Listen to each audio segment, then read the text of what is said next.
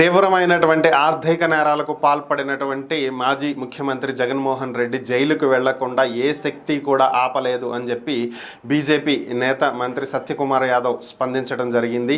అలాగే గత 5 ఏళ్లలో జగన్మోహన్ రెడ్డి సంపాదనే లక్ష్యంగా దాచుకోవటమే లక్ష్యంగా పనిచేయటం జరిగిందని, అలాగే ఇప్పుడు అసెంబ్లీ తప్పించుకోవటం కోసం ఢిల్లీలో ధర్నా అని చెప్పి ఒక కొత్త నాటకం మొదలుపెట్టి ఢిల్లీ వెళ్ళారని, వైసీపీ గతంలో దోచుకున్నటువంటి దానికి సంబంధించి ఖచ్చితంగా చర్యలు ఉంటాయని, ఎవ్వరూ కూడా జగన్ జైలుకు వెళ్లకుండా అడ్డుపడేటువంటి ప్రసక్తే లేదని, వైసీపీ నేతల మీద దాడులు జరుగుతున్నాయని చెప్పి నాటకాలు ఆడుతున్నారని, వివరాలు ఇవ్వమంటే ఇప్పటి వరకు సమాధానం చెప్పకుండా బెంగళూరు వెళ్ళిపోయారని చెప్పి ఆయన వ్యాఖ్యానించడం జరిగింది.